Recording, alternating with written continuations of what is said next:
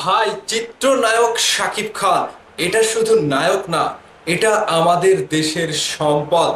তিনি যে কোনো সময় যে কোনো কিছু দিয়ে লণ্ডভণ্ড করে দেবে, এটা শুধু সময়ের ব্যাপার। পরিচালক অনন্য মামুন যে কথাটি বলেছে, শাকিব খান সবসময় রেডি রয়েছে। শের সিনেমা শাকিব খানকে ছাড়া সম্ভব না। যদি তৈরি করতে হয় তাহলে শাকিব খানকে নিয়েই করব, আর কাউকে দিয়ে না। কারণ স্টোরি বেসিস শাকিব খান।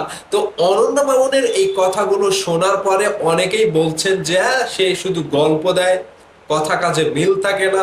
অনন্য মামুন একটার পরে একটা আশা দিয়ে ভক্তদেরকে আশাহত করে এবং শাকিব খানকে ব্যবহার করে তিনি শুধু একটার পরে একটা মুখের বলি ছড়িয়ে দেয় না।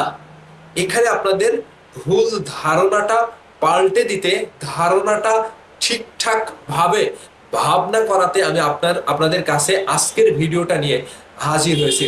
তো মেগাস্টার শাকিব খানকে নিয়ে শের সিনেমাটির ঘোষণা অনেকদিন আগেই দিয়েছিল, শুধুমাত্র শাকিব খানের নামটা তিনি গোপন রেখেছিল। তো এখন পেছনের স্টোরিটা আপনাদেরকে বলি যে অনন্য মামুনকে দিয়ে মেগাস্টার শাকিব খান কি ভাবছে এবং আদৌ কি শের সিনেমার গল্প শাকিব খান বেসিস লেখা, নাকি এই শের সিনেমা নিয়ে অনন্য মামুন যে কথাগুলো বলছে সেগুলো শুধু গল্পতেই থেকে যাবে। বিস্তারিত একটু শুনে যাবেন। আমি যদি ভুল না করি তাহলে অনন্য মামুন একটা পাগলাটে পরিচালক। দেশের পরিচালকদের মধ্যে বর্তমান সময়ে অনন্য মামুন 1 নম্বর পজিশনে আছে, কিংবা 1 নম্বর পজিশনে সবসময় থাকে। এটা আপনাকে মানতে হবে। কারণ ইন্ডাস্ট্রি যখন একটা সিনেমা পায়, তখন সেই ইন্ডাস্ট্রিটা অন্য ইন্ডাস্ট্রির সাথে কানেক্টেড থাকা, কিংবা সেই সিনেমাটি অন্য ইন্ডাস্ট্রির সাথে কানেক্টেড গল্প, কিংবা অন্য দেশের আর্টিস্টদের সাথে গল্প কানেক্ট করা এতটা সহজ ব্যাপার না। সেই জায়গাতে অন্যান্য পরিচালকরা যতদূর দৌড়ানি খায়, এখানে অনন্য মামুন দৌড়ানিটা একটু কম খায়।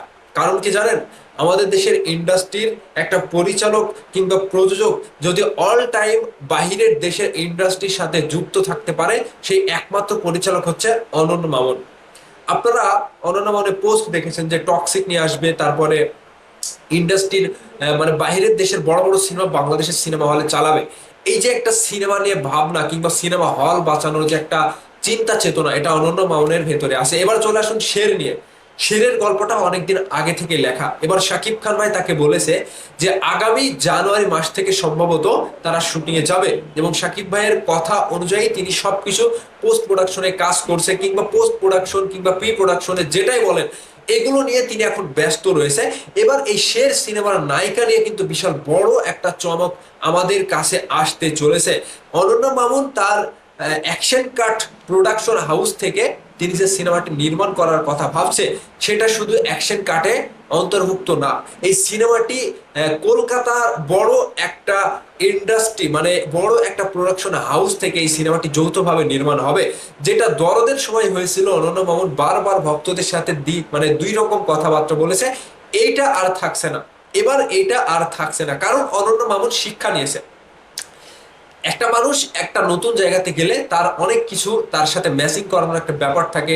রাস্তাঘাট চিনতে একটা দৌড়ানি খেতে হয়, অনেকটা পরিশ্রম করতে হয়, অনেকটা মানে বেগ পেতে হয়। ঠিক সেই জায়গাতে অনন্য মামুনের জায়গাটা এখন খুবই স্মুথ।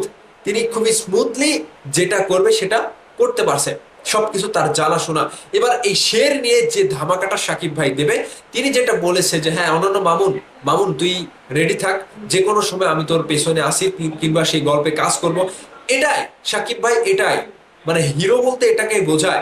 সাকিব ভাই যদি মামুনের উপরে নির্ভরশীল নাই হতো, তাহলে তাকে এই শিডিউলটা দিত না, কিংবা তার কথাতে তিনি রাজি হতো না। এবার সাকিব ভাইও জানতো যে দরদ সিনেমাটি নিয়ে যা কিছু হয়েছে মামুনের একার দোষ না। মামুনের একার দোষ না, তিনি সর্বোচ্চ চেষ্টা করেছে এবং তিনি টি সিরিজে গানটি রিলিজ করেছে। মানে এটা চারটিখানি ব্যাপার না যে টি সিরিজকে বললাম আর টি সিরিজ গান রিলিজ করে দিল তাদের চ্যানেল থেকে। এটা চারটিখানি ব্যাপার না, অনেকখানি বেগ পেতে হয়েছে। এবার মামুনের এখানে দোষটা ছিল এটাই যে মামুন পুরোপুরি সবকিছু রেডি না করে ভক্তদের মাঝে কথাটা ছড়িয়ে দিয়েছিল, সেখান থেকে তার কিছুটা হলেও বাধাপ্রাপ্ত হয়ে ভক্তদের কাছে একটু কেলানিটা খেতে হয়েছিল। এবার সাকিব ভাই ঠিকই বোঝে যে কোথায় কোন সমস্যার জন্য মামুন কেলানিটা খেয়েছিল।